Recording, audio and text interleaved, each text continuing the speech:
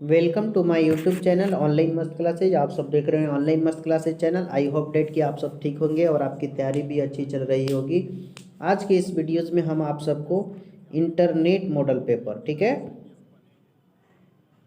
Internet वाला model paper जो जारी हुआ है, इंटरनेट वाला मॉडल पेपर का ये संस्कृत का मैं करा रहा हूँ। इंटरनेट मॉडल पेपर है संस्कृत, और ये संस्कृत का सेट जो है ना, आपका सेट नंबर 4 है। इससे पहले हमने 3 सेट बना दिया है। अगर आपने वॉच ना किया है तो वहाँ जाके वॉच कर सकते, कहाँ, प्लेलिस्ट में। और आप लोग प्लीज़ शुरू होने से पहले ही इस सेशन को आप लोग लाइक कर दें और दोस्तों और साथियों में शेयर कर दें, क्योंकि रिवीजन में ही डिवीज़न है। आपकी जितनी अच्छी रिवीजन होगी आपका डिवीज़न भी उतना ही बेस्ट बनने वाला है, ठीक है ना। तो चलिए हम आज का सेशन शुरू करते हैं। एक शानदार धमाकेदार क्लास होगा। आपको कमेंट सेशन में बताना होगा कितने आपने सही किया है, ठीक है। चलिए शुरू करते हैं। आज का पहला क्वेश्चन आपके सामने है सेट 4 का, कि वैदिक साहित्य का अंतिम भाग क्या है। तो आपका इसमें बिल्कुल है उपनिषद। दूसरा, अणु से छोटा क्या होता है। अणु से छोटा तो आत्मा होता है। काव्य मीमांसा नामक ग्रंथ किसने लिखा है। तो इसमें सी होगा राजशेखर, ठीक है। 4 है कि पाटलिपुत्र किस नदी के किनारे अवस्थित है। तो 4 में आपका बी होगा गंगा।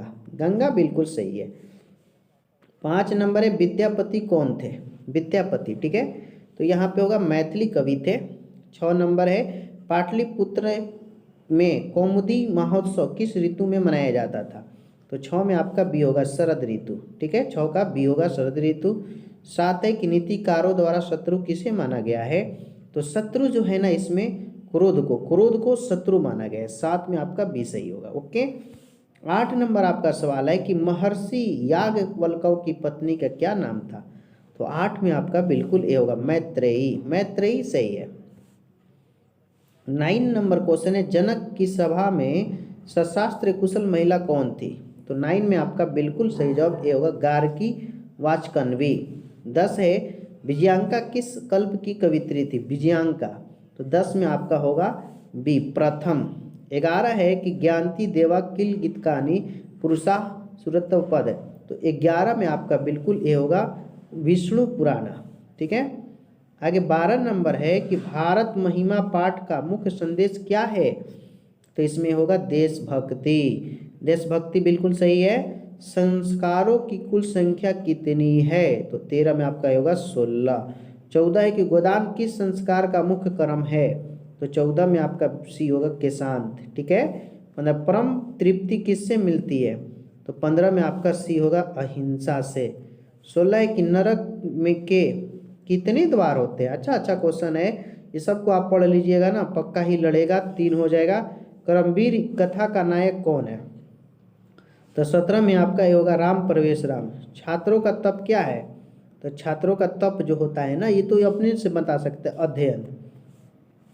19 है कि स्वामी दयानंद के द्वारा आर्य समाज की स्थापना कब की गई थी। अच्छा क्वेश्चन है, ये पूछता है आपका 1875 होगा।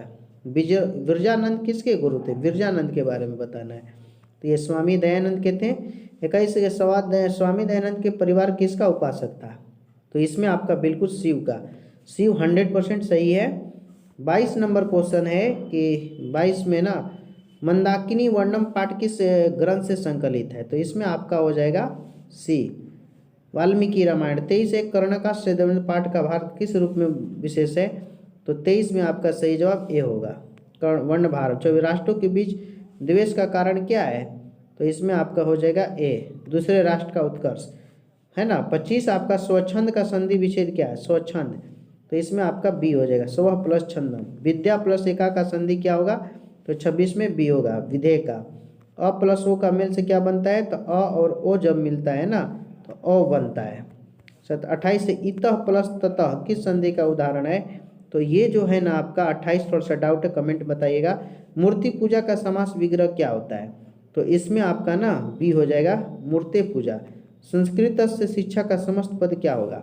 तो 30 में आपका डी होगा, इनमें से कोई नहीं। 31 है कि गोलगृहम कौन सा समास है। गोलगृहम, तो 31 में आपका ए होगा क्रमधारय। 32 है द्विगु समास का उदाहरण क्या है। द्विगु यानी संख्यावाचक, तो पंचवटी हो जाएगा। यथ सच निर्धारण सूत्र का उदाहरण वाक्य क्या है? तो 33 में आपका ए होगा। ठीक है, आगे बढ़ते हैं फटाफट। 34 नंबर जो क्वेश्चन देख रहे हैं ये वाला क्वेश्चन, ठीक है, तो इसमें आपका बिल्कुल सही जवाब ए होगा। 35 जो क्वेश्चन देख रहे हैं आप लोग कमेंट में बताएंगे, इसका बी होगा। नमः के अर्थ में कौन सी विभक्ति प्रयुक्त होती है? तो 36 में आप लोग जो है वो आपका ए होगा चतुर्थी। थोड़ा सा धुंधला आ गया है, ठीक है ना। 37 है कि किस शब्द में आ उपसर्ग है? आ, तो 37 में होगा आकार। दुरात्मा शब्द में कौन सा उपसर्ग है? दुरात्मा, तो दूर। 39 है सथा जो है, सथा में आपका बी होगा तिष्ठि। पयास्मी किस आकार का रूप है? पयास्मी, ये वाला पूछता है लिट लकार। जही किस धातु का रूप है? जही, तो 41 में आपका हो जाएगा सी हन। 42 है मात्रम में कौन सी विभक्ति होती है? मात्रम, तो 42 का सी होगा द्वितीय। 43 नदीसु किस शब्द का रूप है? नदीसु, तो ये होगा नदी। माधु शब्द का सप्तमी एक वचन रूप कौन सा है? तो 44 में बी होगा साधी। और 45 है गम प्लस है ना, तो ये थोड़ा दिन रहा है। आज इसी में इतना ही रहने देते हैं क्योंकि दिख नहीं रहा है। प्लीज़ इसका अगला पार्ट आएगा, आप लोग इस वीडियो को लाइक और शेयर कर देंगे, नए हैं तो चैनल को सब्सक्राइब भी कर लेंगे। Best of your luck. जय हिंद, जय भारत, टाटा बाय बाय, धन्यवाद।